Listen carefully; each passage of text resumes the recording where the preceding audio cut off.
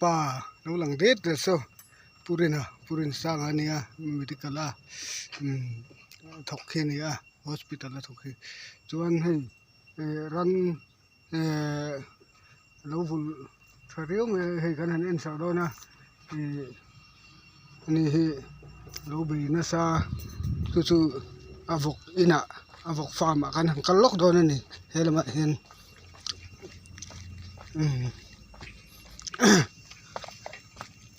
nè khu ta mi khu purina thian nu ni khu lai thau me khu an vok farm hi kan en lok do na ni nè hei he ta hian hei ala inches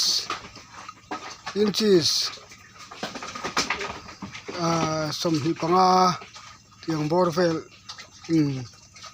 chau khane cho he rual an ti hetan ano hi ta hen panga oma ne ta hen hei atal hei pakhathi atal turchi ve an ti de buniang ken ta hen an da pakhat phei chu hei inchi som thum le pakwa som thum paret borwal chun thonga lian zo inchi som ni tling te pani chu hei hi apa sim ang riu me apa tura si tha tura an da bi an yo me chuan he ta hian hei apui yo ma hei tu na hian hei an rai tir le don yom tak ania hei thintlang khuang a chuan hei he ta hian apui ania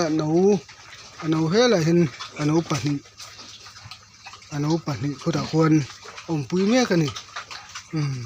chon hei hete he pui bok he po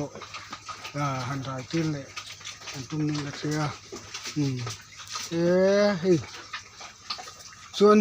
kha me ba ka khan ar te po he mi te hi an vul tru zel me a chuan heta hian tui zem ten in sopa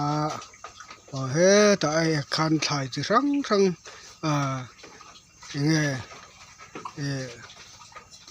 chop han thar na khopi an ran e khian a cha chuk em boka chon he ta ten ran te po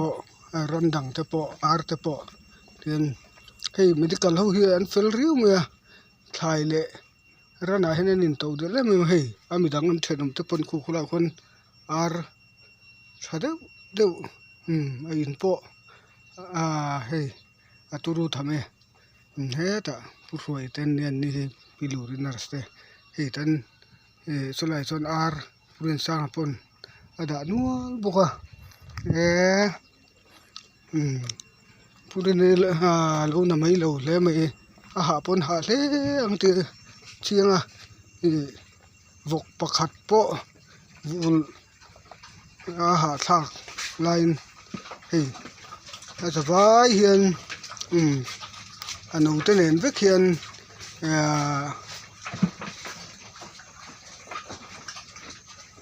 som ni don lai ni na riata hei alien remot po hei pui khat pui ni pui thum pui li ne hei helai po cho he rul thiu me lo ma an lo na mai lo le mai an fakum tak zet ani hian na thok office na thok pa in hian in lama an nui na mo chen alo en kola then an mai man da bang ti hi chiang em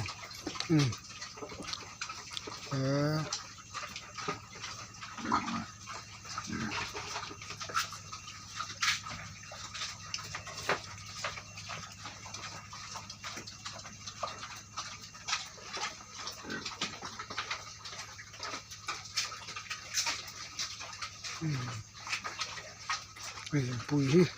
anh còn mèo em mấy lần ha là này ta khá hẳn cả chi po hi ngâm chi po nên lòng đầu hi nên lâu hấp thu tăng tiền po lâu khát thì trong khăn rồi chứ lòng thế mày anh lâu vì nó sai anh lâu là mấy lâu thì ha anh sẽ về được chút này